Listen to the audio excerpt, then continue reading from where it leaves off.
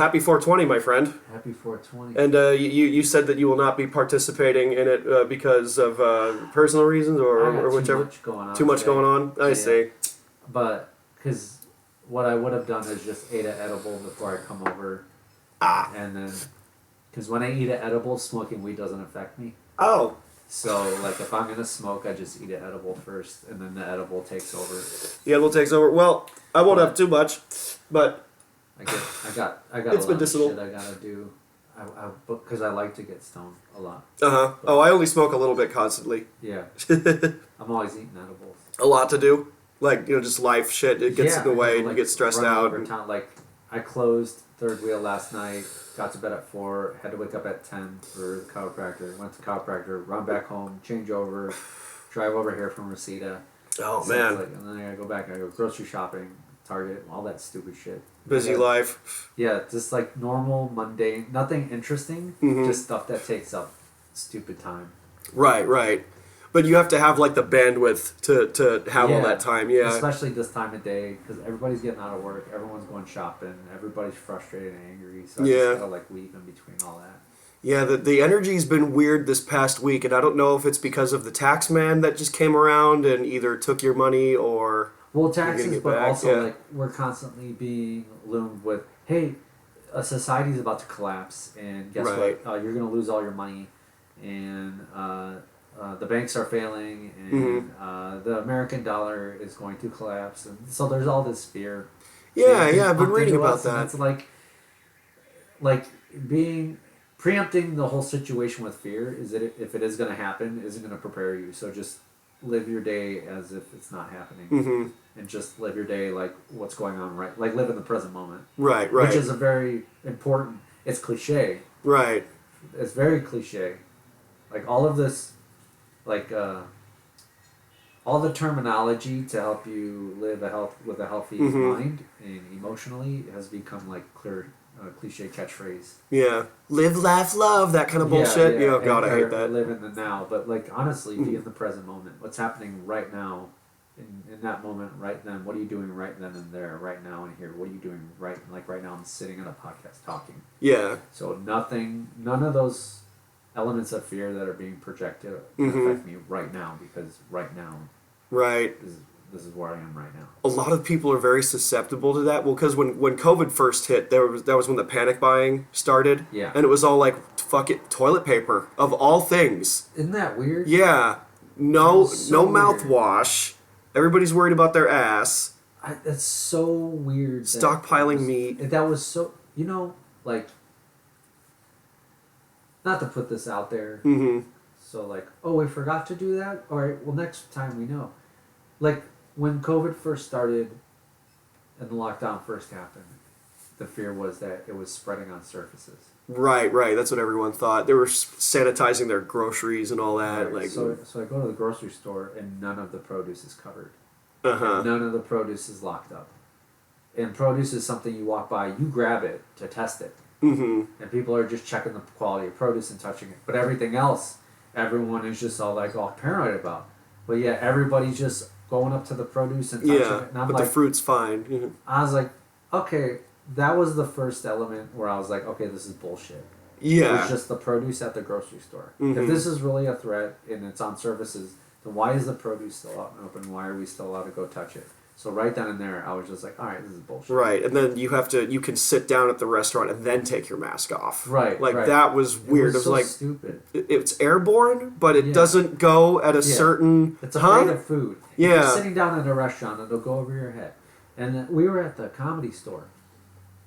And what they were doing is they had the patios open, the front patio and back patio. On the back patio, they had a flat screen TV up on the wall. And what they were doing is they would record the podcast inside and broadcast it to everyone outside. And the health department came in and said, hey, you can't have the TV on broadcasting the live podcast inside. And everyone's just like, what the fuck? Yeah, it's behind glass. How does this happen? How does broadcasting something live the amount of incompetence where things just didn't make sense. was just like, oh, this is just authority. But it was also okay to gather for religious purposes. Yeah. Got to protect that First Oh, Amendment man, or whatever. Hey, comedy is our religion. Right, exactly. Well, who's God then? Who's your person in comedy? Two. There's two. Gotta be two. There's gotta be the Yeah. pessimist, who's Carlin, The pessimist Carlin. and the optimist, who's Hicks. Hicks. Yeah. Hicks is your I always optimist. well, if you That listen, checks out. if you listen to Bill Hicks, even though he was critiquing society, he Mhm. never seemed bitter or angry. Whereas Carlin was, I'm rooting for the asteroid. Mm-hmm. Carlin was very bitter and Yeah. angry and hated humanity. Carlin gave up. Well, when his wife died, he got really dark. Yeah. Yeah. And also, like, no matter what Hicks says, his tone, whatever, I just Mhm. don't ever feel that from Hicks when I'm watching. Yeah, he seems neutral in tone. Yeah. And it's still, but it's funny because well, Shakespeare would put you put a mirror up to society and all that, and it's just kind of like it writes itself, you know. Yeah. He's very interesting, and it's very interesting how fear like makes people, it makes people make irrational like poor decisions. That and Yeah. anger. Anger too, yeah, for sure. Like, if someone's angry, they're not thinking straight. They're just reacting on what will soothe their anger Yeah. at the time, and it's not always going to soothe the anger. It's just going to make it worse. Yeah, there's a comic, no names, but I like saw him like complaining about some bullshit that's related to like shows and mics and stuff in general. And I'm like, but you're having fun, right? Is the point? The point is that we're having fun. Yeah. This is fun. Yeah. Why are we like bitching about the nuances of like the scene or whatever the fuck? And I'm like, oh man, I'm sad for you.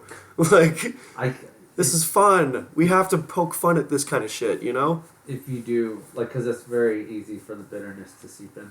Mm-hmm. Oh yeah, I feel that sometimes, and then like especially after bombing on stage, I'm just like, oh man, fuck that crowd, fuck. It's like, but you never get to see those people ever again, hopefully, and then you get up and try again. Because I have the Nintendo video game mentality, no saving progress. You start over, you learn the pattern, and Yeah.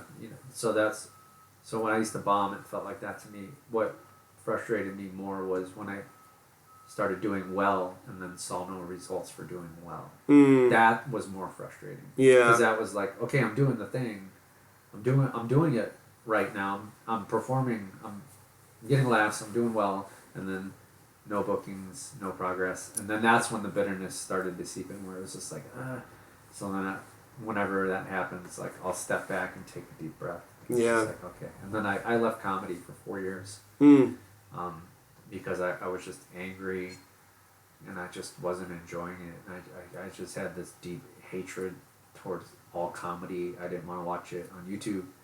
I didn't want to watch any specials. I didn't want to go to any performances. I didn't want to watch any of my friends who were comedians perform. I didn't want to walk past the comedy club. I didn't want to drive past the comedy club. I was just like very angry towards comedy itself. Yeah.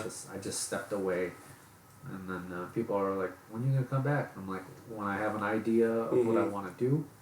Because I want a very specific idea and plan of what I want to do. And when I love it again. And then like, what if it's never? And I go, then it's never. Then I don't care. Then I won't ever come back. Right. Well, the good thing about it is that it never leaves you. You can choose to leave it. It's always going to be there. It creeps in the back of your head, man. You feel the pull. I took 10, 12 years out because I was doing other stuff, but like it was still resting in the back of my head. Yeah. Oh, I could always go back there. The stage never left, you know. Yeah. I walked away from it for a long time. I totally get where you're coming from.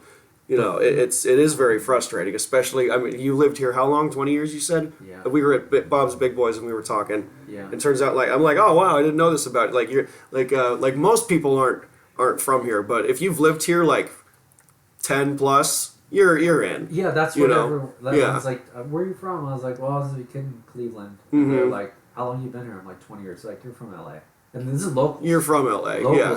Transplants will be like, oh, no, you're not from LA. But any local that's born and raised here has always said, you're from LA. And I'm just like, okay, so I tell people I'm from LA. And then sometimes I'll talk to people back home. I think I've gone home maybe 3 times in the past 20 years. I don't like to go. I don't even like to call it home. Right. But I don't like to go back. And they're always like, don't forget where you came from. And it's like, I developed as a human being. Sure, yeah. Like, all my becoming an adult, learning to take care of myself, and just being independent and actually who I am without anyone else's influence happened in Southern California. Yeah, It did not happen in Cleveland. As soon as I turned 18, I was out. Mm-hmm. I never went back. I was like, I knew that was my plan. I was like, as soon as I can, I'm out. Yeah. And I got out. There's like an old trope about because we shit on every town. Yeah. We shit the town next to us. We shit on Anaheim. We shit on everyone. Yeah. And Cleveland or like, you know, Omaha or like just one of those like places that's in the Midwest. Like, oh, you don't even count. Yeah. Like you don't even. Oh, what do you have? Like you have the Rock and Roll Hall of Fame. You changed your baseball team. That's it. Cleveland's a punchline for a lot. It is. Yeah. Like no football fans. Mm-hmm. Are gonna fight you out here. The Drew Carey show is based on like how much that place sucks. Yeah. Working there, living there, and all like the shit with that. Because LA is just, I mean, being from here, like I realize now that there's the sacrifice that a lot of people have made. Like, how did you get here? Did you fly or did you drive? I joined the Marines. Oh, you joined the Marines? I was down at Pendleton for 4 years, and then after I got out, I came up here. So I just drove up here. My cousin's oldest graduated from Pendleton. We went down there. I took a train, and it's like a whole. Yeah. It's a whole space. It's a whole vibe. I love seeing you. Thanks for your service. My uncle was he was in the Navy during Vietnam, so and I didn't know this about him because we're very estranged. But I found out that like I wasn't just raised by hippies. There's like military people, and I'm like, okay, oh shit, I see the other side of the coin. Both sides of the I spectrum. see it. Yeah. I understand, like, and I lived in Oklahoma for a year and a half, and a lot of people are like, man, this town sucks, I want to get out. I'm like, get out. Is that an Get out. Amana Yes. That's Yeah. it's an Amana listening to flag. them. Yeah, I fold it out when that camera's not in the way. Oh, no. Book of Souls is behind you, chilling with Einstein. Oh, yeah. Yeah. There's a whole... My style hasn't really changed since I was a teenager. It's always been The sacred geometry here. yeah. It's and I fucking sleep there. Yeah. It's a whole thing, and this you have like sort of you're a spiritual person. Very. I would say, Yeah. and we've talked off mic about symbolism, numerology, Yeah. and it sounds like, oh, this is just a pattern, but on the surface level, but there's like a deeper meaning behind it. Yeah, when you start to see the patterns synchronize, Mm-hmm. that's when the meaning comes in. Because there's times when there's just too much synchronicity to where it's like, all right, this is ridiculous. This is way more than coincidence for this much synchronicity to be happening all at once. It's fate, as it were. Some people give it a name, It just it's like notifying you you're on the right path. Mm-hmm. You're making the choice for the more positive outcome.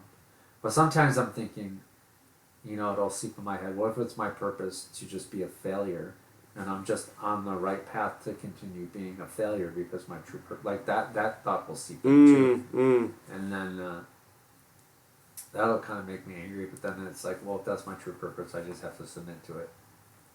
But like either way, you don't know.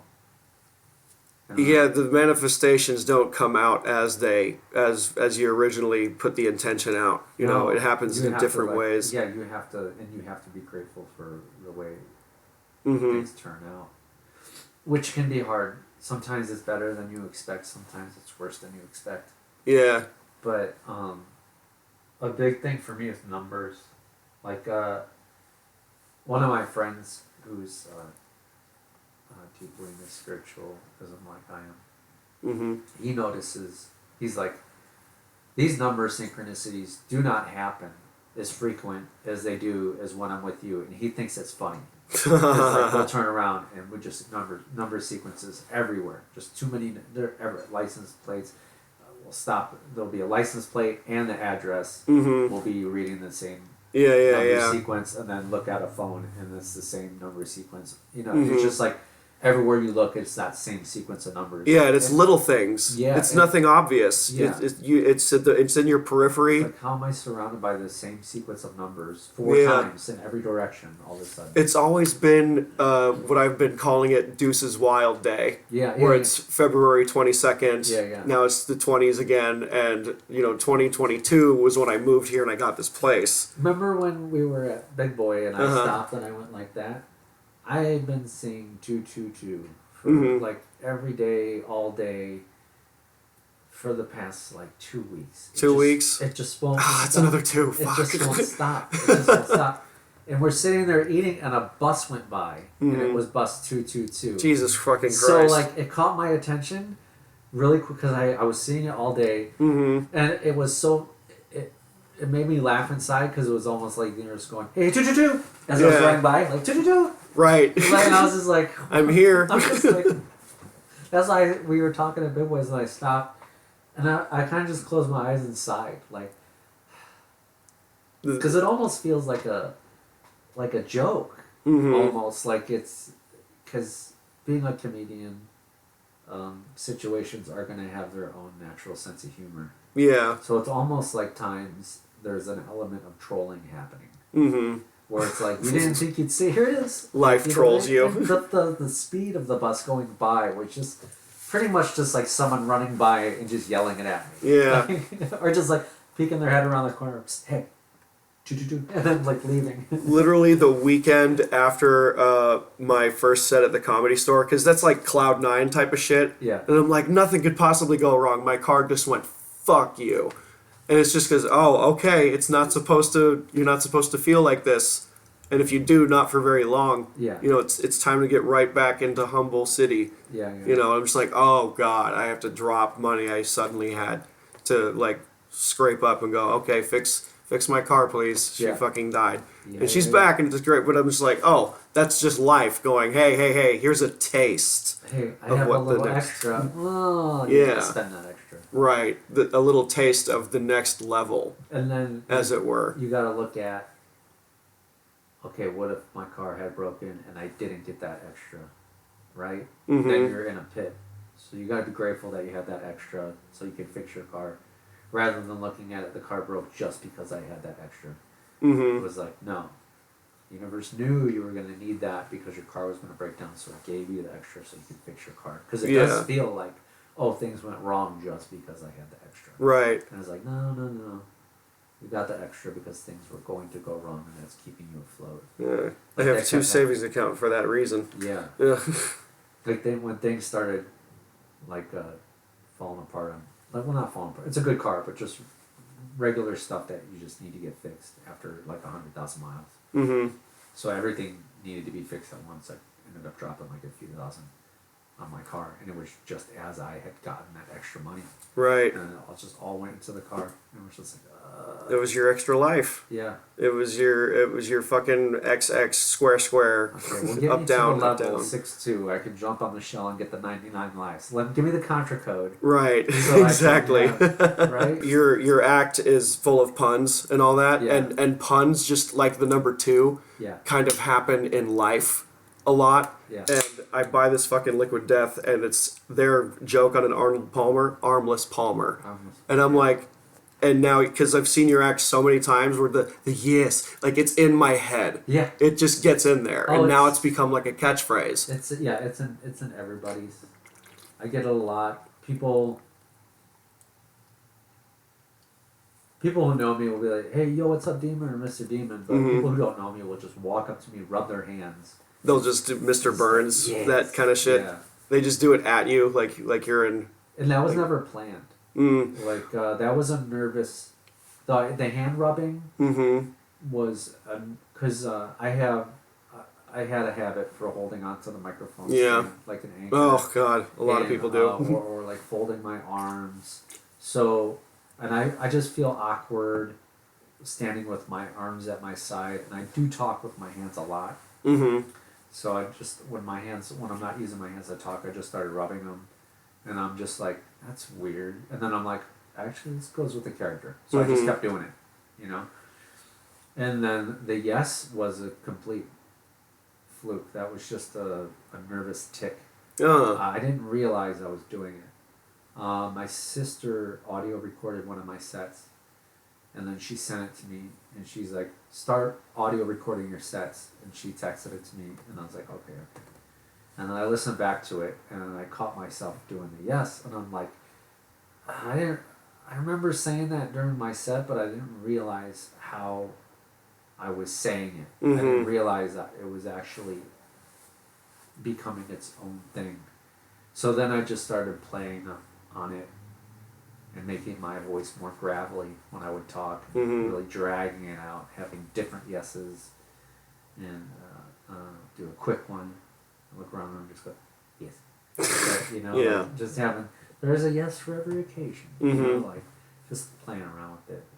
It happens so much because a lot of the puns are good because they're terrible, and that's why I like them so much. I know, me like too. some of them are just awful, but yes. that's what makes it, you know, as you put it, torture. Yeah. Like, Yeah.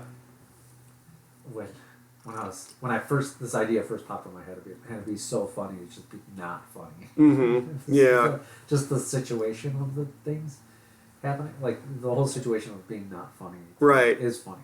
I can't sit in the front row if another comic is bombing, because I too have been there, and I have to be in the back, and just like my uncontrollable laughter comes from watching someone else. So it's like a Schadenfreude kind of deal, and I just get a kick out of like cringe shit in some of the worst ways, where I feel like I would ruin their experience by laughing, because like, oh, are they laughing because the joke is funny and this is the only person in the room? Are they laughing at my suffering? Or are they laughing at your suffering? Yeah, and I've seen it done to me, and I'm like, oh, I don't want to do that to other people, so I will like generally like sit in the back. Like if someone's bombing, like I'll get up and sit in the back and start fucking laughing my ass off. I'm like, we call it bombing gracefully. Gracefully. I'm grateful that I'm at an experience level where I can bomb gracefully now. What that means is, like, when you're bombing, you don't second guess your act, you don't shit on yourself, and you don't question, why am I doing this out loud to the audience. You just continue with your set, and you stay competent in what you're doing, and you just accept that it's not going well. It's okay for a quick joke to poke fun at yourself every once in a while, but you don't give up, and you don't let the room take you. Right. You just like, alright, this set didn't go well.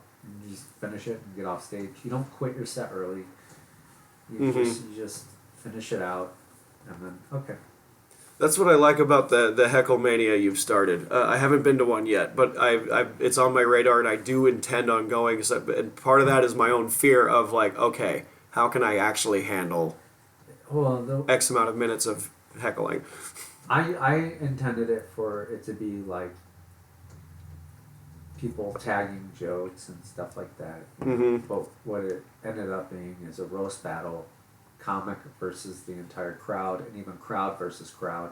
Oh, Jesus. Because I'll be the first one. If someone says a heckle and it's not funny, I'll heckle the heckler. Oh, nice. So it's like, all bets are off. You're getting heckled. It's a battle royale. Yeah. So it ends up being controlled chaos, because it is in a way a shit show, but it's very controlled. It's controlled. There's some days though, like where it's like yesterday was dead. Yesterday, like the third show we sold out with real crowd, and the real crowd was afraid to heckle, so the comics really had to like really stick with the theme of the show is how to like, the lesson is how to deal with it when it happens, because it will. The first show was the most fun. The first show, the room was packed, but it was all comics, and the Callahan Welsh was hosting the first one, and Callahan Welsh goes to get up on stage and goes to say something, and I think it was Henry.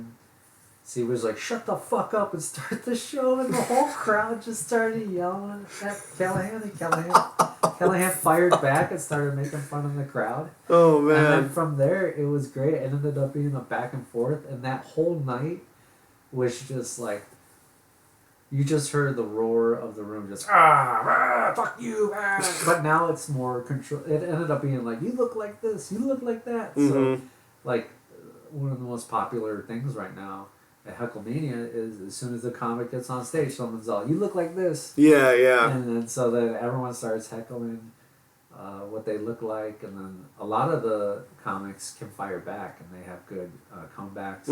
Some of them will power through the material and make the audience listen to the material, and I enjoy that. Oh, I wow. enjoy that a lot. Taking the power back. Yeah, if they're like Peter Murphy did it when he hosted. People start heckling. He goes, "Shut the fuck up!" And then he would continue with his material. Oh my god! Yelled, it was so great. That's good. Yeah. That's a really good simulation of any bar gig in any town anywhere. Yeah. Where like that could happen. I did a show. I'm at Flappers every Friday now, and there was this lady who was just drunk in the back, and I was just like watching it happen, just watching the chaos, and I'm like, oh fuck, it's my job to stop this. And I'm just watching it happen, go, oh, the crowds, they're just interacting, and it becomes like more organic. Whereas where one comic was like, man, lady, you're really fucking me up right now. And he folded. And I was like, I should have fucking stopped. And I'm like, dude, you can't fold. You can't. It's granted it's a club, but you got to be able to like handle that. Don't ever tell the audience that they won. Even if they have won. Even if they have bested you. You don't ever... You don't ever give up the throne when you're on stage. Yeah, I mean, you can make fun of exactly what happening, like right. Don't ever Krusty the Clown it. Unless that's your whole act. You know? But I mean, if that's your whole act. If your whole act is just being sad. Yeah, like the audience always wins, and that's your act. And then it always has to happen. Like you always have to bait the audience into heckling you so you can lose. That would be funny, but like. There's a guy I got a submission tape for. Have I told you about Parrot Man? No. There's a guy who has, he's basically clowning. He's dressed up as a parrot, and he goes by Parrot Man. I'm not going to say his actual name, but his whole thing is, how you guys doing tonight? How you would mostly start your set. I'm Parrot Man. And then he'll say that phrase over and over again until people start yelling at him. And he'll say the heckle back at the crowd. But it takes a while for the audience to like get what he's trying to do. And if he does that in a room full of comics, he can just say shit.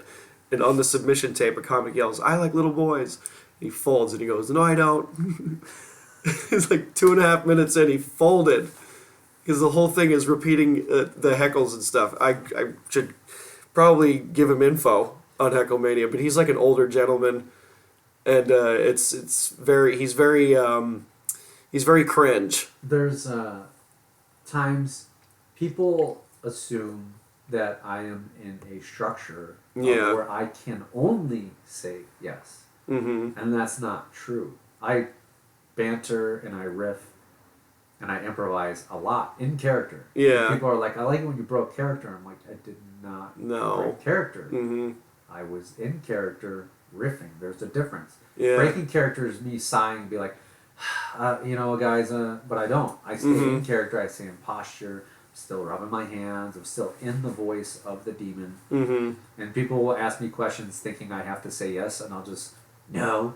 You know what I mean? Like, oh, you got me. Like, I didn't say yes. It's like, no, this is a full character. You ever played D&D? Yeah, this is a full, well-rounded character. You're like, committed. I can only talk in puns, and I can only say it. No, I am here to torture you with puns and wordplay and bad jokes, but I can speak in other ways. I can say full sentences, and I can say other words. I can say no. Yeah, so you're like Yoda or something, because you know how he always talks a certain way. He speaks in reverse. Yeah, they always expect that. Yeah, that's the thing is when people know. They think they know the character of James Demon when there's actually a James Human, but that's part of the performance, and some people will bleed the personalities together, like, oh, I'm just like, or if someone catches you like in life or whatever, and they're like, oh my god, it's do the thing, and they're like, dude, I'm shopping right now, like I'm trying to eat, I don't even have the contacts in right now, man. Yeah. What color are you? I think I've only seen you with the contacts. I cannot reveal that. You cannot reveal that. If you do see me without my contacts, you'll know. But I've been told I have very pretty eyes. I think people are just being nice. That's nice. Yeah, they're just being polite. Do you have different colors like red and purple and? I do. A bunch I of have other ones? red. I have black. I like the black ones. Oh, the black ones are fun. like real demonic. They look cartoonish. Yeah. Those are my favorite. Oh, that's fun. Oh man. But before I was doing this on stage, I was wearing this shirt and putting in different contacts and going out and just being out in public looking like that. Mm-hmm. So then it just when the idea for the character popped in my head, it's just like, dude, this is totally just a different side of you. Mm-hmm. You just emphasize it. Yeah. A lot of people say like, dude, you're like really manic. I'm like, no, that's just a part of what I like. Because I could fucking turn it on right now and just fucking start going nuts. But like, I'm legit not that person. Yeah. I bring that energy out on stage because half the time I don't know what to do with it. And I'm like, fuck, I'm actually like entrapped in like too much excitement of what's going on. Is that expulsing all that energy? I could just use it. Yeah, instead. If you don't find an outlet for that energy, it will find an outlet. Yeah. And it will be destructive.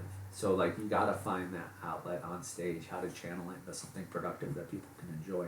Yeah, yeah. You know? That's definitely something takes a part of me. Like I always think of that like lyric when I'm on stage. I'm like, okay, I need to cook with gas now. I can't be like fucking quiet and shit, you know. I can't be mild mannered. That's why I do the whole ritual. Mm-hmm. The breathing in. Yeah, the arms. The arms, and then so you take a moment. Yeah, I clear the. Mm-hmm. So the arms, I clear out the energy of the former comic that was before me. Oh, I see. So I clear their energy out, and then I bring my energy in. And a mistake I was making when I was new is I was pulling energy from the room. Mm-hmm. That's very bad. Ah, I see. So I've learned. Because when I started this character, I had made an agreement that I wanted to learn and be taught through this character. So I've learned a lot in the last 4 years about energy and spiritualism. So now I understand to pull from the infinite source of energy that is all around us always, right? Mm-hmm. So you don't want to pull from other people because you're pulling their karma, mm-hmm.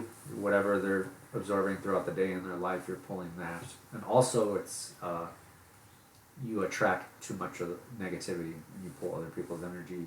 You attract resentment, mm-hmm. things like that. And also my energy, the clapping at the end, I clear my energy off the stage. Yeah. So that way the next comic doesn't have to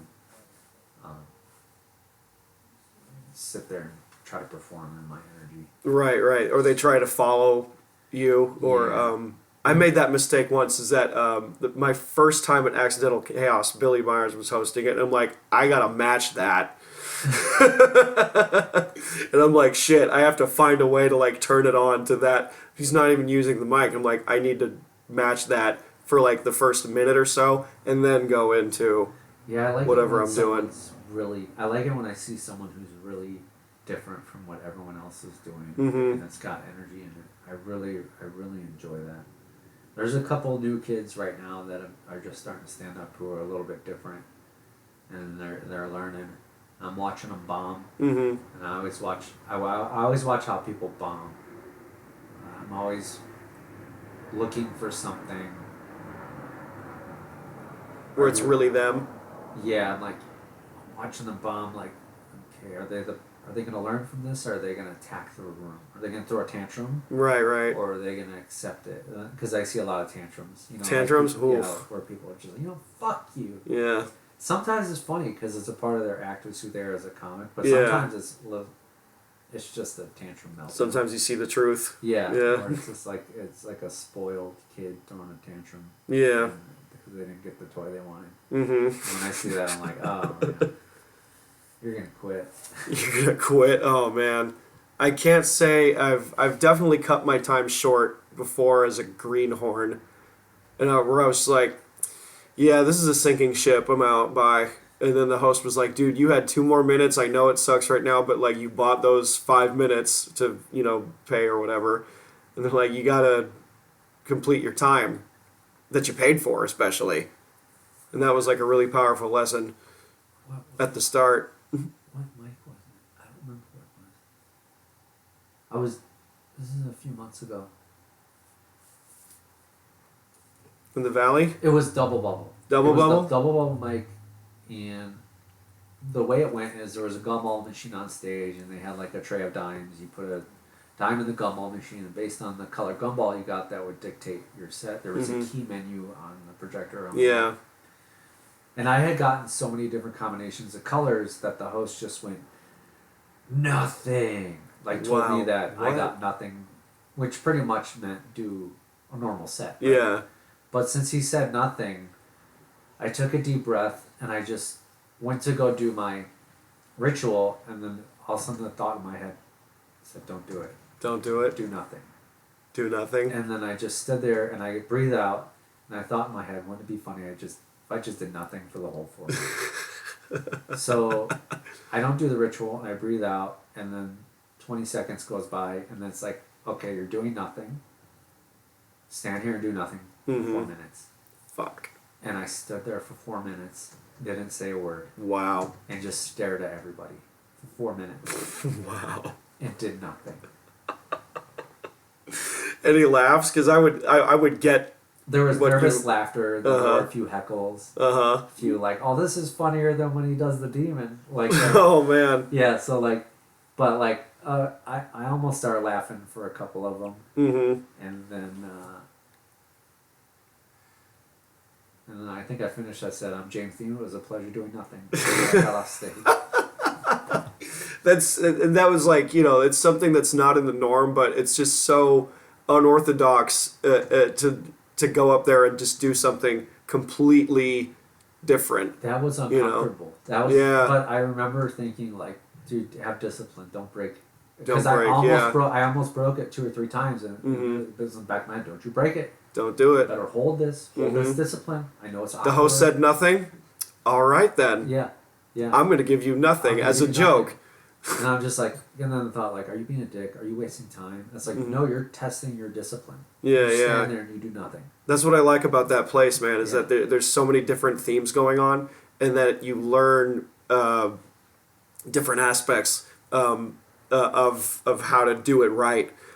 Silence is a big one for me. Yeah, I learned that watching Andy Kaufman. Andy Kaufman, yeah, dude. I'm not good at that, because I always barrel through all of that shit on stage, and I am like really uncomfortable in it, especially if it's after I joke that I think would work and it doesn't, and I'm like, oh, I can't sit in that.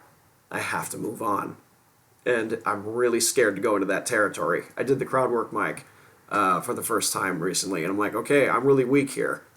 What muscle can I improve? Because I don't do crowd work. Yeah. I have like, I could ask a question and have it go into a bit, but that's a rule on that show. And I'm like, okay, I get what's going on here. I have to like, it's like jujitsu up here. It's fucking everything's fucking jujitsu now, but it's a puzzle that you have to solve, and like a class isn't going to teach you that. No. You want to pay $300 for some dude who was on the road like 20 years ago, tells you how to write a joke? You just go out there in the field. And you do it. And you just go into it. There's a purity in stand-up. For sure, yeah. Where I'm cautious about saying this. Mm-hmm. Oh, I can bleep anything. I can. Well, we don't have a union. We don't have a union. I don't want that manifesting. I don't want there to be a union, because then, like, cancel culture is already seeping in. Yeah, you fall have into like a whole generation right now of cancel culture comedians who are saying what they're being guided into saying because that's what's accepted and that's what's appropriate. And then you have comedians who are purposely going against it. Then you have comedians who are just trying to be funny, and if they say is acceptable or unacceptable, that's not their intention. They're just trying to be funny. Yeah, that's it. I think they say it's going to be acceptable or it's not. Oh well. Standards and practices. So, like, I do like that there's no defined organization for us to join. There are schools popping up in classes, and like the organizations that do exist right now are independent. They're not industry organizations like SAG, after stuff like that. So there's no comedy strike, things like that. Right. And like anytime a new comic, you've seen it with Ralph Barbosa, where he broke through to level up, and the successful comedians are just accepting him. Right? There's that element of that in comedy which is pure, where it's we recognize each other when we're doing well, and there doesn't seem to be a barrier of spite or. I know this happens in the clubs of the managers being like, "We like you, but you should tell your jokes this way." I know that does happen. Yeah, it does happen a lot. I don't think that there's a defined establishment. It does happen, but I don't think there's a defined establishment yet that actually has complete control over that. Because people still do make it through as themselves, and it seems that the people do make it through ignoring all of the notes actually end up being more successful than the ones that are being controlled. Yeah, I definitely feel that. Because I hear it from comics all the time. I know that there's club managers that do it, who will pull a comic aside and say, "We like you, but we like it when you tell your jokes this way, or try doing this more, try doing this less," and they actually try to mold you and shape you. Right, like is this your act? No, this is mine. I do understand some people have the eye, and if someone in a position of authority does have the eye, and they're coming from a creative perspective, I can respect that. Yeah. But if they're coming from the business perspective of, this is what's funny, this isn't, surveys tell us. Our focus groups were, right? yeah. It's just like, get out of here. Get out of here. Get out of here with that. But if you're coming, like I know Mitzi had the eye. That's what made the Comedy Store so successful, is the fact that she was a manager, owner who wasn't a comedian, but had the eye for talent. Could see where someone's act was going to go, and actually could mold people from a creative perspective. She actually had a little bit of a business perspective too. Yeah. But I believe her true heart was in the creative process of humor. So if she was looking at somebody, she had the eye, and she could see things. She could see the future. She could see where that act would go, or what could make it funnier, or would make it less funny. Sometimes she was wrong. Sometimes she gave advice that was wrong. And then I think Maz, can't remember his name. She was telling him to go up on stage, dress a certain way. And he was just like, he's like, no, fuck that, I'm out. No, and he didn't do it. And he made the right decision. And well, sometimes she admitted that she, nobody's perfect, you know. But sometimes, like, I feel like, okay, so if the Hollywood machine or whatever the fuck it is isn't gonna book me because of a lack of credits or lack of, or how many followers I have or don't have or whatever the fuck it is, like, I feel like if you just make it in house and do it yourself, if you won't book me, fuck you, I'll book me. I'll fucking do it. With this now, like if you can phones. You can build your own audience on social network. Pretty much, yeah. And but there's always the big agencies too. Like what's the big one? The CAAs, the William Morris, that one. Right. Once you get to that level, you're more of a product than a comedian. Well, So getting into it now. I mean, there's so many fees after that. Oh, there's annual dues. There's a 10% tier, fucking agent, publicist, all this other shit. Yeah, so you're making a lot of money, but you're also like spreading that out to a lot of different channels and associates and all that, and that just gets so stressful. Yeah. I'm like, I don't want that. I just want to have creative control over the shit that I do, and if Patreon pays my bills, great. Great. Nowhere close to that at all, but it's something. And people just have to be able to support you independently, and not through some corporate lens on a fucking making five figures, because like, yeah, that sounds great on paper, but it could still cause you like a bunch of misery and all that. It's not always like some people, like Dave Chappelle turned away $50 million. But he made a lot more when he came back. He did. He certainly fucking did. But it was like saying no to that number is like wild. But also, if you have enough value and you understand your value, the Beast knows. Because look how much he's making now. The Beast knew. We just didn't give him a price high enough. Right? Prince talks about that. Prince? Yeah, he talked about that. I forget who else. The musicians will talk about that. Where they're more open about it. Where it's like, I think it might have been Billy Corgan too. Turning them down will just make them reevaluate your value. Just a lot of times, if you have enough of a fan base, they just keep offering you more and more until you do say yes. Right. So it's like, I'm at that position where, for a high enough price, I would just play ball. I would just work for the network for a little bit. I don't care. I don't care. I've been poor. I've been homeless. I've lived in my car.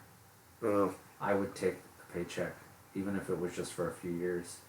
Even if I just did it and then left comedy completely and ended up being completely hated and shunned. No, I don't think so. And just went to live in the hills by myself. Whatever.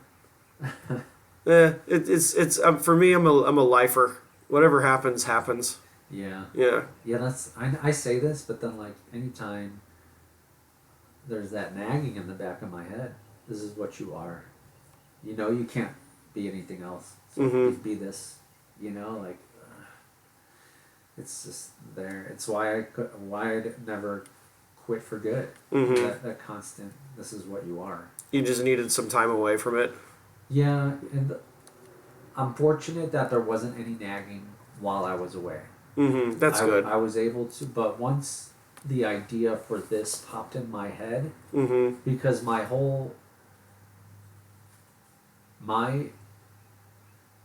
power against it was like, I'll never do stand-up again because I don't have any idea of what I'm going to do. And if I don't have an idea, I'm not going to perform.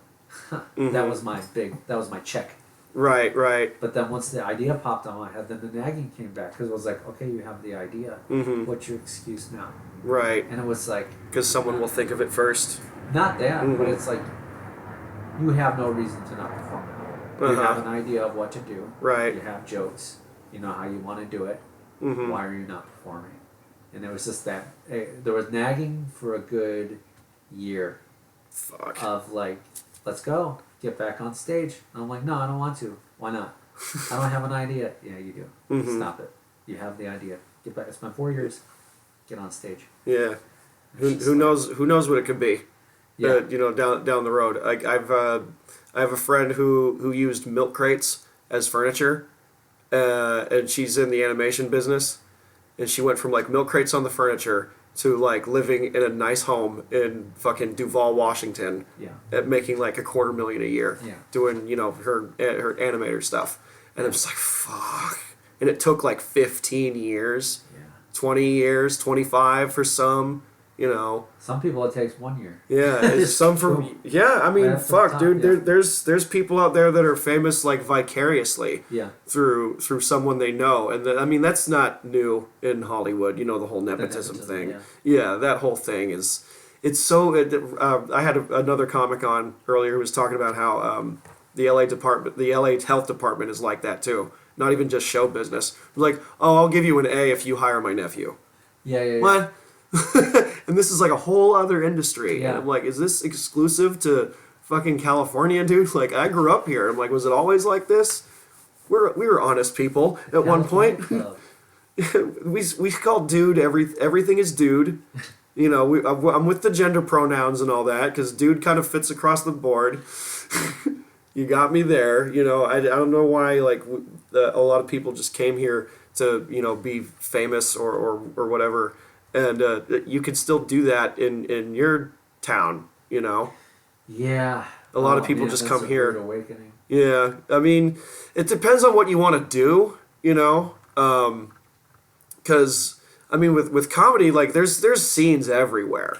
There's I've been halfway across this bitch. Yeah. And there's little pockets everywhere, but, like, you know, how long do you want to stay there is the question, you know? When I first came to LA, I followed some bad advice. Mm-hmm. It was almost like against my will. Like I didn't want to move up here. I wanted to stay in San Diego. Mm-hmm. But I just quit my job, dropped everything, and moved up here. Mm-hmm. And I didn't do stand-up or any comedy or anything for 7 years after I moved up here. Mm-hmm. I was just like in shock that I was here because I didn't want to be here. Right. I don't know what propelled me to actually move here when I didn't want to. It was Mm-hmm. almost like something overtook me and moved me up here against my will.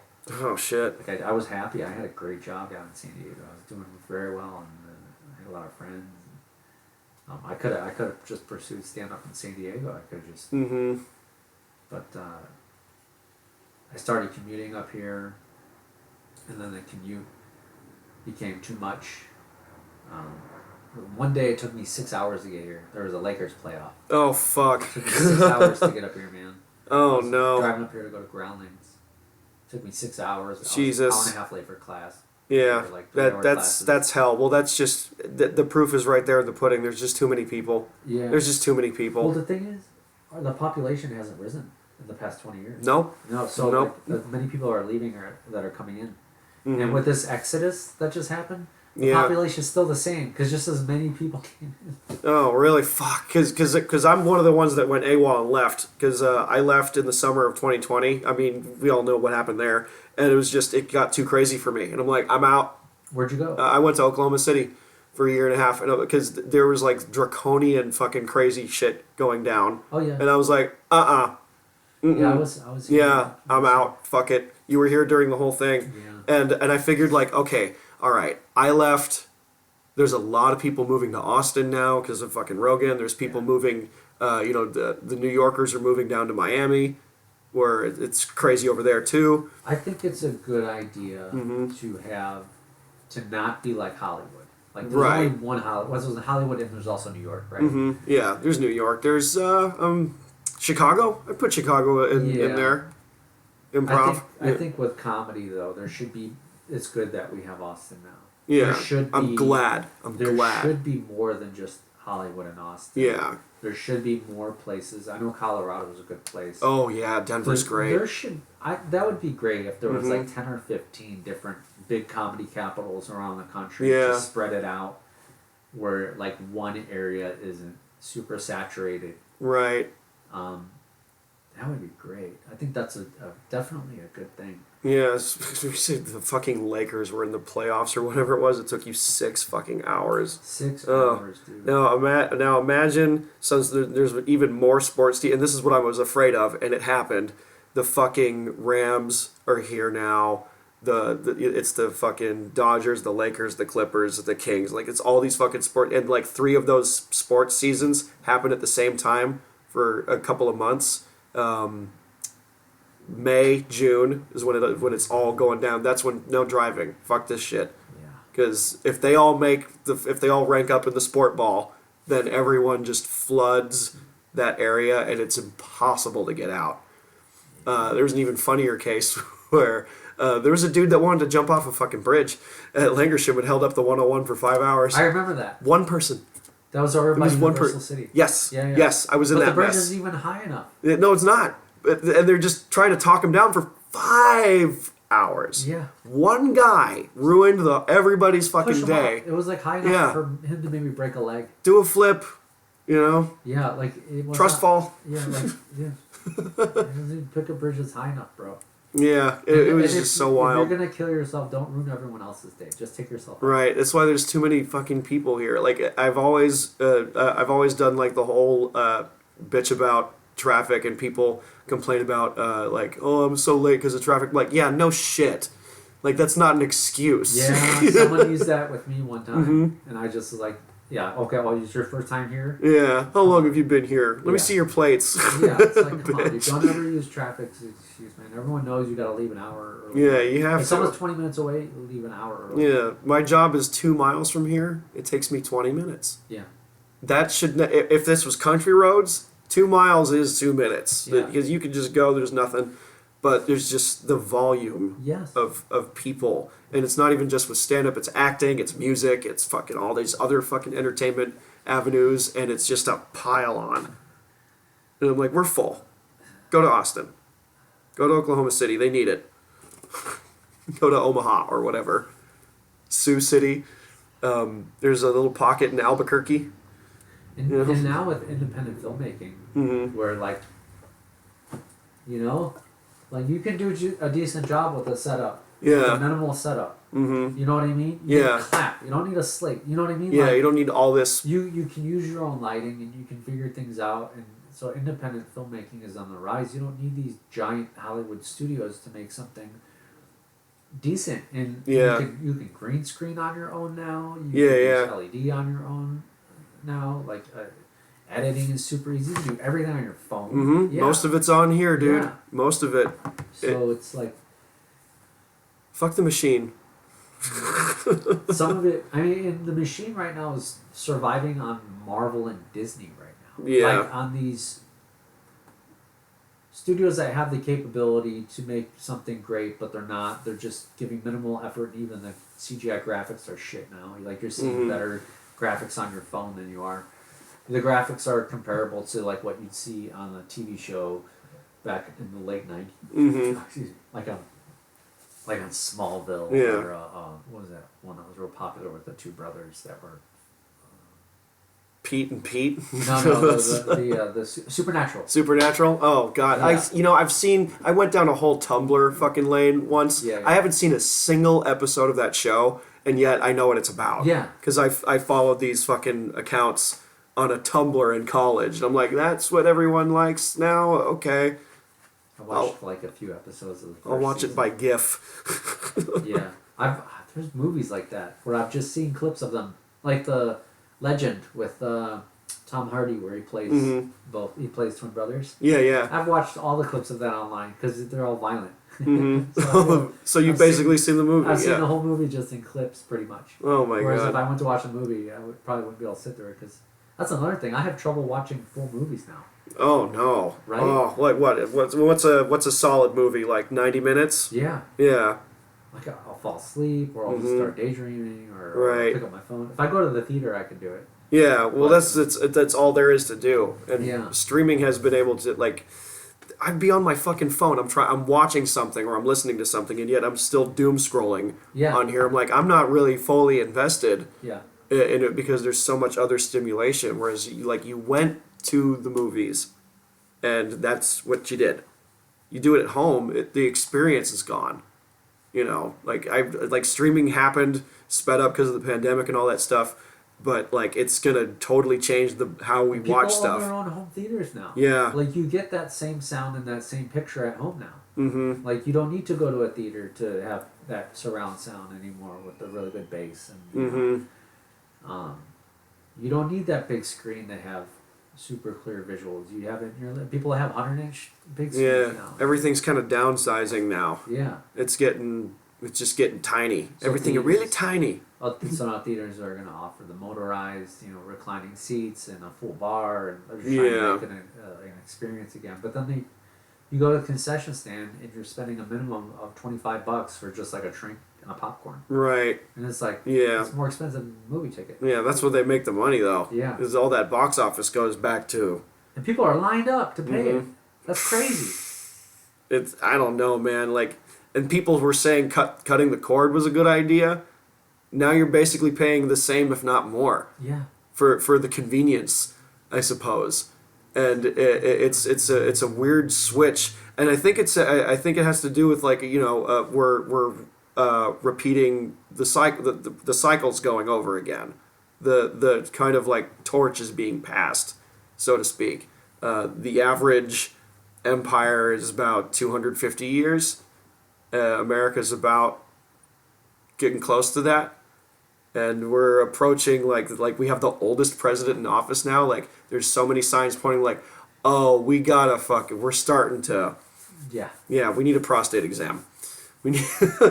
we're due. Yeah. No, we're overdue. Like we're overdue. We have full cancer. Yeah, we got to find a way to change. 4. We got to change our diet.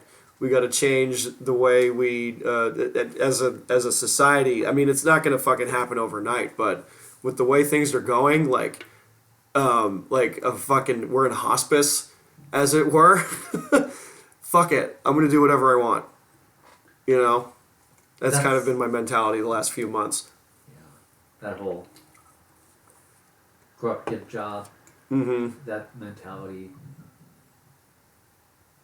doesn't exist for younger generations anymore. No. It does for some. Mm-hmm. I'm seeing it. Like, people graduate high school, immediately get into a relationship, start having kids. Mm-hmm. Oh, yeah. Usually by accident. And then, because they have the kid, then they need to get that secure job. Yeah. So they, join a union or something. And then they're just stuck in that. Yeah. In that. No, it's not about me anymore. It's about raising this little fucker to do the same thing. So then you become a part of the system, and yeah. So, but there's a lot of rebellion against that too, where it's like I do have specific dreams, and I do want to follow those dreams. So, mm-hmm. But some people's dreams is I want to raise a family. Mm-hmm. So, I've met people like that. They just mm-hmm. want the job and the family, and they don't want to stand out. Right. They just want to live calm life, and in a way that's sort of peaceful. It is. I think about that all the time. I'm like, I wish I wanted that. Mm-hmm. So I had just an office job. Yeah. I was thinking about that. I was having this conversation earlier today, where I was like, man, imagine that, like having a 9 to 5, weekends and holidays off, and bonuses and stuff. Where I was off at 5 every day, so I could just do whatever I want every mm-hmm. day at 5. No emails telling me what I need to do, and then on the weekends I have off to do whatever I want, mm-hmm. and holidays off. It's like our generation in the 90s, we rebelled against that. Yeah. And it was like we rebelled against that because our parents hated it, and they had given up their dreams in order to have that stability. But it's like you can have that stability and your dream at the same time, and have your stability and pursue your dream at the same time. That is possible. Yeah, work-life balance. This idea projected that if you submit to that lifestyle, then you give up your dreams. It's like, no, that's not true. So now we're seeing, I don't know, maybe Gen X did fuck everything up. Where, the beast caught on. Oh, they don't want to work. They don't want security. Take it away. And now you're just an independent contractor if you have a job. Mm-hmm. And they don't take your taxes out, and they don't give you benefits, and now you're not making enough, so you ask for a raise, and your boss tells you go get a job, and it's like I do have a job. Yeah, I already have a job for this job. Yeah. These bags fly for free, dude. Like, you know what it has to take. Like, and I get jealous. I get jealous of the people that don't have to do that pursue the dream or whatever, or however it is. The rich kids, the trust fund kids. Yeah. And being a native to LA, like, you see a lot of that here. And like, those are the people that I came up in college with, and I just immediately hated everyone. And I was like, fuck all you people. Like, you have to work too, right? You have to fucking work something that you'd rather not do. Yeah. But it keeps a roof over your head so you can go do the other thing. And so on. And they're just like, oh, daddy, you'll just pay the rent. I'm like, oh, God. You don't know what it's like. You don't know what it's like, dude. It's a grind. It's a fucking grind. And the rich kids have it so easy. And I was so jealous for years. And then I thought, wait a minute. They're actually at a huge disadvantage. Because they're going to be comfortable and do it wrong for years. And, you learn from... I feel that you learn from what's the word? Adversity. Like tough times can make you tough. Yeah. Basically, and with these, sort of setbacks that happen, and when you face failure and you fail a lot, that means that you're gonna be really strong, and you'll be able to handle the wins when they happen. Yeah. If you haven't, It's a battle, dude. It's a battle. It's definitely like an eternal struggle. Like, and there's people I know that moved here and then they moved away because they gave up, and you know. Well, I knew people that moved here and were immediately asking me to hook them up. Like I had an in the business. Ugh, God. And it's just like, who do you think I can't stand am? that. I can't stand just that. Just because I live out here, like I know everybody. Yeah. And, like I have. Do you realize I'm struggling at the same time? I'm trying to. Like I'm not. They think because there's like we were talking about earlier.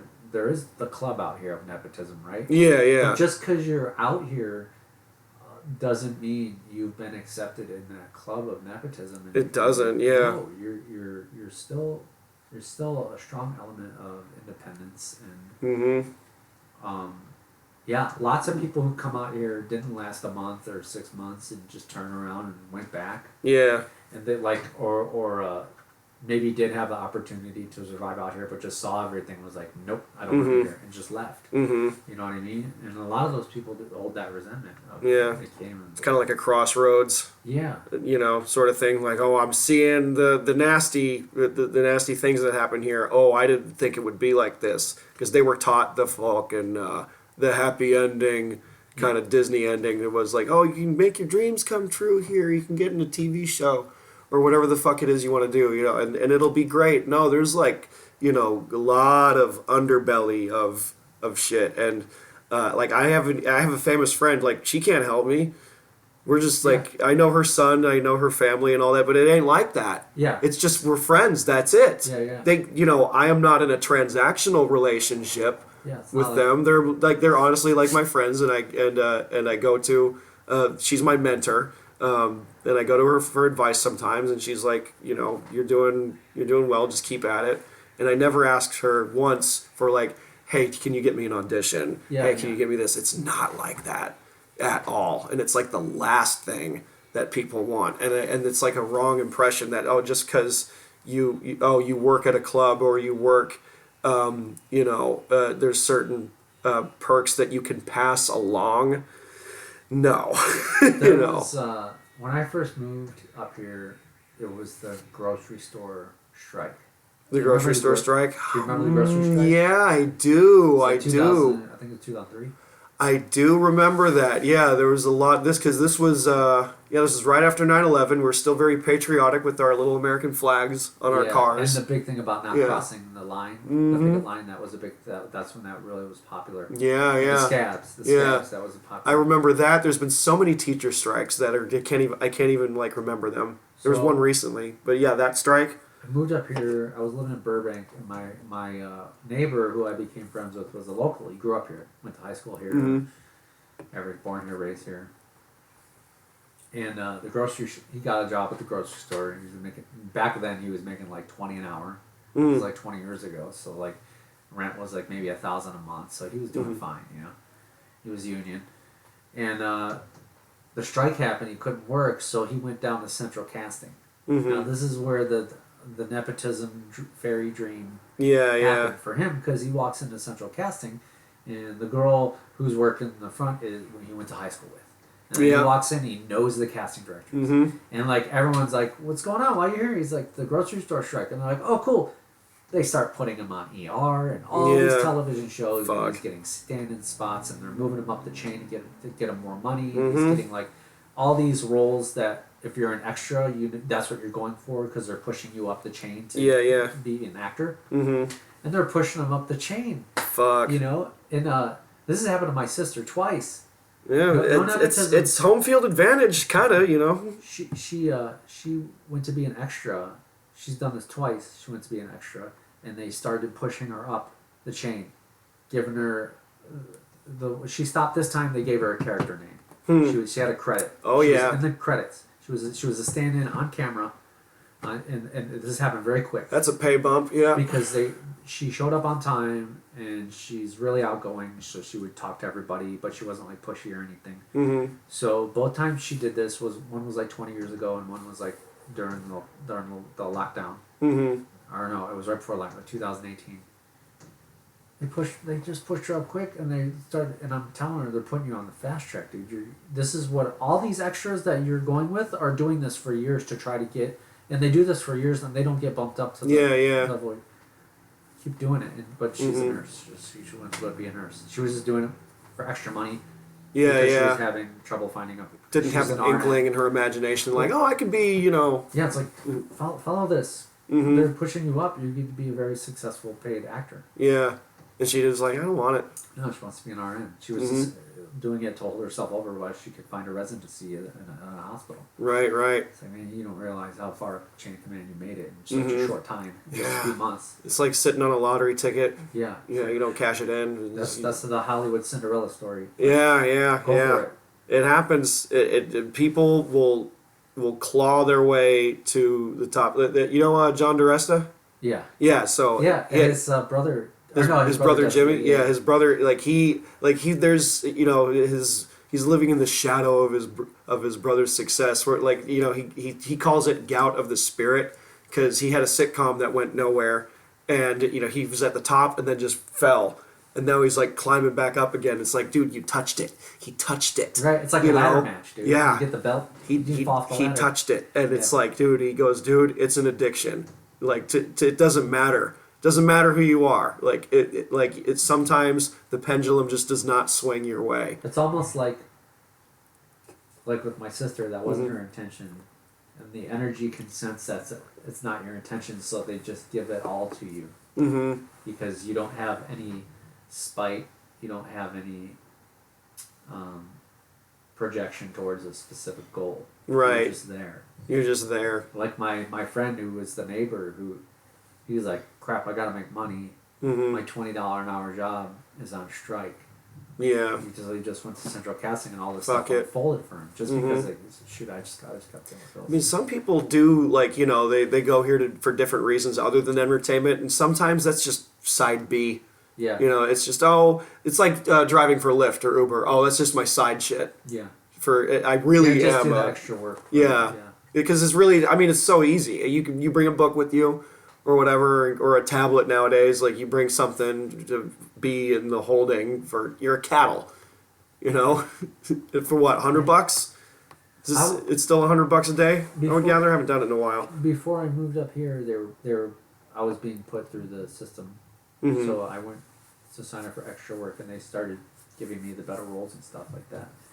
And I didn't know that when you went to an audition, you're just in front of a camera like this in an office room, and you read, and that was it, and then they'd send a tape. I thought they were doing it that way just because I was in San Diego. I thought when you were in LA, you went to a studio and you did real auditions. So I was doing like 2 or 3 auditions a week down in San Diego. I went into this agency who was having an open call, and it wasn't one of those scams. They're like, you want to be an actor or model? We're in your city. And right, they, like, out a hotel, and it wasn't that. It was a legit agency. I went in. They set me up with headshots. They gave me headshots, and then they started auditioning me like 3 times a week. And I didn't realize that's a lot. I didn't know. Well, I was just like, oh yeah, I'm doing it. I'm just doing this. I thought what I was doing was very minimal, and it meant nothing. Until I moved up here and I actually started working and started seeing how everything's done. I'm like, oh, when I lived down there, I had a job, I was making good money. I was being pushed by an agency without being signed by them. I was coming up here twice a week to go to Groundlings. I was like, man, if I would have just stayed down there and pursued stand-up down there while going on these auditions, who knows what I would have done and where I would have gone. Yeah. Right? I think that with my gap, because I didn't know that could have went nowhere. That could have meant nothing. It could have. It very well could have. But you can't dwell on something like what if scenario. Because what if I didn't stop for 10 years? Where would I be now if I had made a different decision? Choose your adventure. What happens if I had chosen that way? Let me just, it's a wonderful life. Let me just have a glimpse of what would have happened. Let me see. Yeah. Just show me what would have happened. I'll accept this reality. I just want to see. No. It's possible. You just gotta keep chugging, man. And that's all. I can't not do it. For me, I can't not do it. I've tried I was in a band for a little bit, I did the acting thing for a little bit. Neither of those things worked out. And I was like, oh, fuck, what now? Well, I did stand-up when I was a teenager. Maybe there's that. Okay, we'll fuck around and find out. And I'm like, oh, this is 100% my control now. Being an actor, you're more or less a puppet. In some ways, I was trying to avoid doing stand-up by doing everything except stand-up. Oh, shit. Doing the acting, go to Browning, sketch comedy, theater. I was, and then the back of my head, the back of my head was like, go do stand-up, nagging for years. And I was doing everything around it, trying to not do stand-up. I specifically was purposely trying to avoid it. And just listen to nagging for at least a decade of like, go do stand-up, go do stand-up. Just in my head, just trying to ignore it and push it down. How much theater? Very minimal. Very minimal? Yeah. Dude, I went to theater college. Yeah, I took That's what I wanted to classes, do. Yeah. God. A lot of, improv classes or... Yeah, theater and improv. Musical theater at all? No, but there was musical improv. And I did enjoy that. Done a little bit of musical improv, some classes in that. And then I really loved improv for a long time. Now I love stand-up. Yeah. But, because improv gave me an outlet to be a character on stage. Right. And when I first started stand-up, I wasn't experienced enough, and I didn't have an idea of a character, because in order for a character to work and connect with people, I think there has to be an element that's real to you.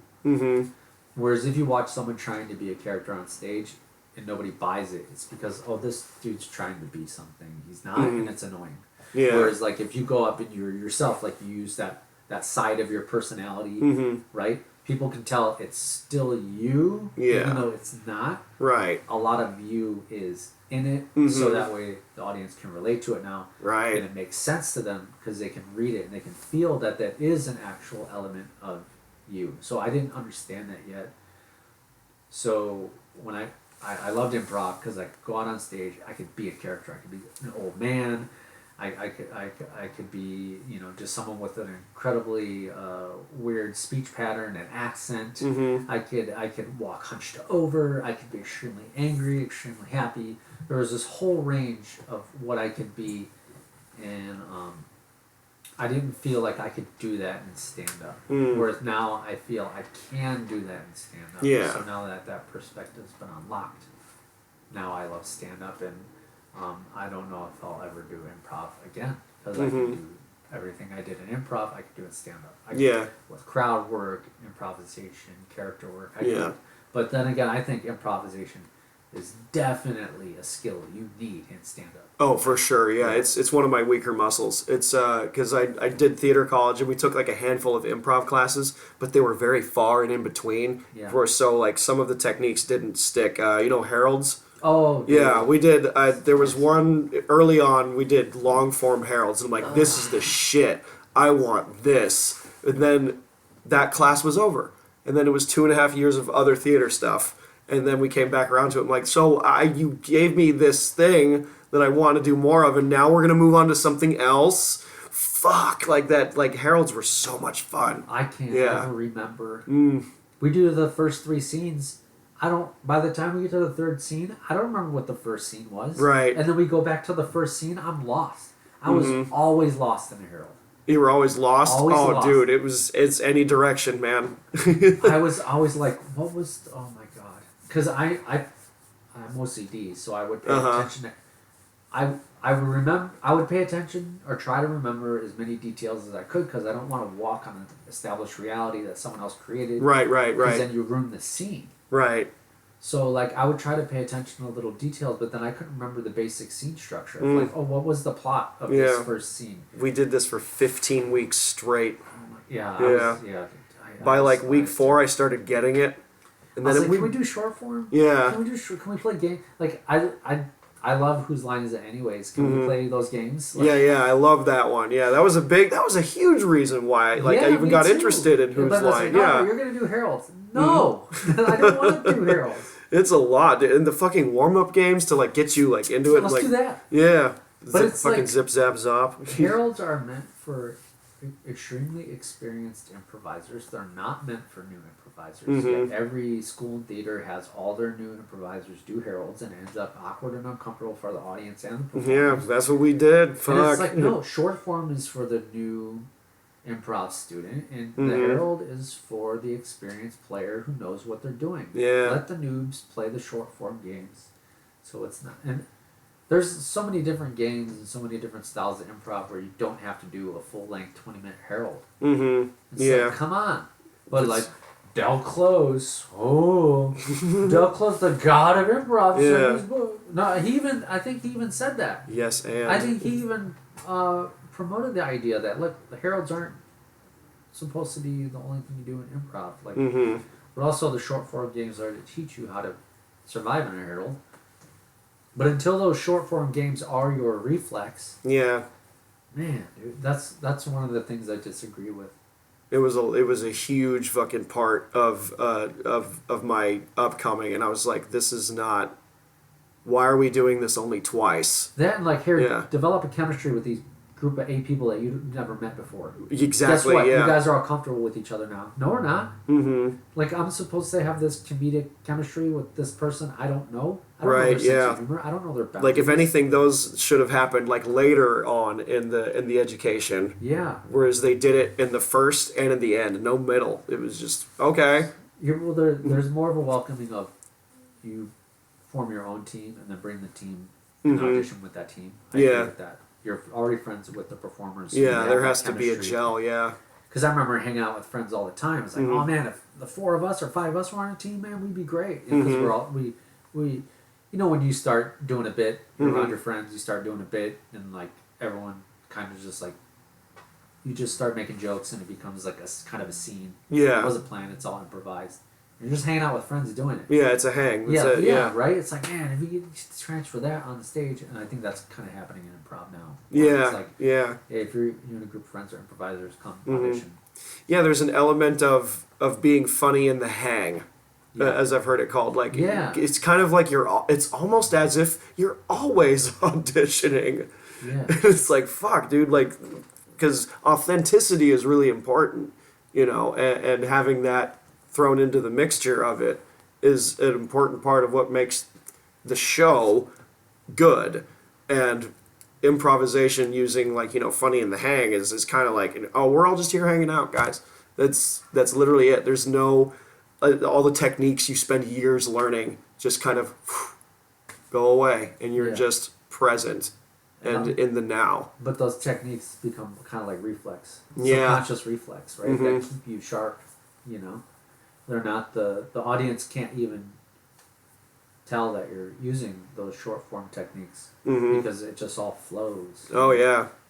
I know a few improvisers like that. Like they just, it's called the magic of improv because when they go up, like the ending scene ties in with the first scene, and it all seems like it was planned and written, but it isn't. You know, you just tell it wasn't planned and written, but everything just fits together like a well thought out scene that was you know scripted, and that's the magic, and everything's funny. And if there's an awkward moment, it just built up tension for a funnier moment that you know overpowers the awkwardness, and you know like seeing that is so much fun. But then, like it's as great. a new improviser going up and thinking, oh, I'm going to create that, and then you don't, and you just feel like shit. You have to be in for sync 20 with minutes, each other. And you're just like, fuck, when's this going to end? Oh god. I was a heavy player, which meant like I was always in a scene, or I was always expected to be in a scene. I was a heavy player because I loved being on stage, and I loved acting, and I loved performing. So I was always jumping in head first, and always, but still it was stressful, man. Yeah, it doesn't. Stressful. There's the average, the man with the average fitness has to exert as much energy as a marathon runner if he was playing Hamlet. And I was doing stand up at the same time. Oh, fuck. Like, man, I was doing stand up, interning, I was doing long form improv. Like my first 4 years in comedy, like I'm gonna do all this, and I was going to school full time, and I had a full time job working the graveyard shift. So it's like, let's do all this now. I burned myself out. Oh, for yeah. 4 years. Yeah. Total burnout. I know it. I'm That's why I quit for 4 years. Yeah, I'm dipping into a little bit of the burnout too. I'm like, fuck, why do I have to do 5 sets tonight? I really don't. Yeah. But why am I choosing to do this? Where it's just, I could be home writing, or I could get some fucking rest. Yeah. You know, 5 sets in, I'm like, oh shit. Because there was one, this has happened more than once, but it depends like where I'm at like Midnight Madness. If it's at the end of the list, I'm like, it's 1 a.m. Is it worth it? Yeah. How bad do I really need it? And I'm like, okay, I'm at the next level of things right now. I'm not desperate for it, but I'll go up if I need to do something new. I was working yesterday. I closed yesterday. Mm-hmm. So I had already gotten. Did I get 2 in? I got a set in, and then I ran my mic. Yeah. Mm-hmm. So for the 8 o'clock show, I participate in that show from behind the bar. I'm part of the show. Mm-hmm. Also, I do a set and an interview. The second show, I spent getting ready for my mic. Then I helped run my mic, which I participate in. I run the room, I produce, make sure everything's running smooth. Plus, I'm doing sound effects on my phone and heckling, trying to guide the heckling. So then we got in. So I did a 12-hour shift. That's a full day, man. That's a full deep cleaned fucking. the whole studio before we started because that's really a deep clean day. Yeah. So then we got to Midnight Madness, and I signed up for Midnight Madness. Oh, and I'm just like, you're like, why did I do this? Dude, you just did. You've been there the whole day. But it went well. Mm-hmm.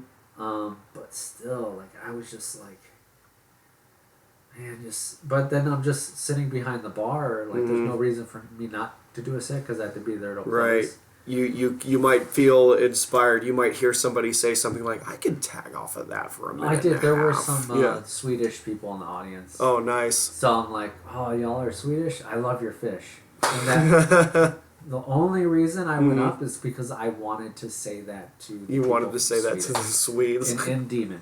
In demon form? Okay, yeah. got it. So, like, so that's the only... Did they laugh? I was like, yeah. Oh, nice. The room was half empty, but I got laughs from the comics in the back, and they giggled.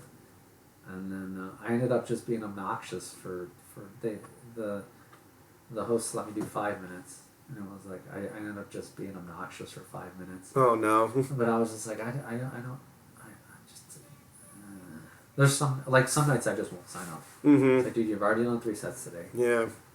You've done 3. 3 is fine. After midnight. Yeah. Dude, just don't. But then, like, you're being lazy. Yeah. It's like, no, you're being sometimes lazy, you need to rest. Yeah, you do. It's really, it's not like... You're doing a job. Like, it's not a badge of honor to go, oh, I did 10 spots this week. Okay, good for you, soldier. Yeah. And I've been guilty of that too, where I'm just like, I'm going to do so many. If I hadn't thought of that one joke, I probably wouldn't have gone up.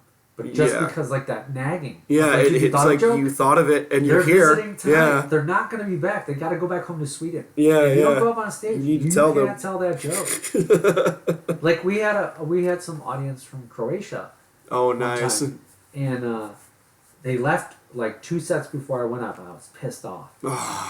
Because I wanted to ask them, give it up for the people from Croatia. Croatia? In Demon. Crochet. Oh, I just wanted to say it backwards in Demon and just do wordplay, but they had left, and I was so pissed off. Were they wearing anything crochet? No. Oh, damn it. Everyone was doing crowd work and stuff and talking about them from Croatia. Right away, I was just like, Croatia. Mm-hmm. I'm going to say it. But they left, and then I was just like, fuck. Yeah, that's I was like, I just wanted to say that one joke that I can never say again. I do that a lot. I come up with, like, oh, I'm going to go up on stage with a plan. Fuck the plan. Yeah. I'm just like, fuck the plan. I'll just go. I love it, man. I just wanted to tell that one joke. That's the only joke. I could have told that one joke off stage, I would have been happy. Even if it bombed, I don't care. Just let me say this one joke. So for the watchers / listeners that have never, like, seen you or heard you perform anywhere before, where can they find you? Okay, so I perform every week at Third Wheel Hollywood. I am a part of Legroom Comedy, which starts at 10 p.m. on Monday nights. I do a segment called 3 Jokes from James Demon, or James Demon Tells 3 Jokes. I interrupt the show and I go up and I torture our audience. I also go up on Tuesdays and I run the show Hecklemania, which is a hybrid booked / open mic. It's a heckle show, audience versus crowd. It's very rowdy. And then on Saturdays at Midnight Madness at Third Wheel, I go up every Saturday. So pretty much you can find me at Third Wheel Mondays, Tuesdays, and Saturdays. Sometimes throughout the week, but guaranteed Monday, Tuesday, and Saturday. And also on Instagram at 666 James Demon 999. Just to make it difficult for everybody. That's where you can find him. Dude, it's been a pleasure. A pleasure torturing you. If you want to, I'm not gonna try to invoke the demon because I'm talking to James Human now. But if the listeners at home want to see the demon, go click all that shit. It's in the description. Follow Third Wheel. Follow James Demon. Support that fucking venue. All right, dude. It's been tight. It's been real. It's been. We didn't even talk about metal at all. Damn. Oh well. Next time. It's all good. All right. Okay. Thanks. Die.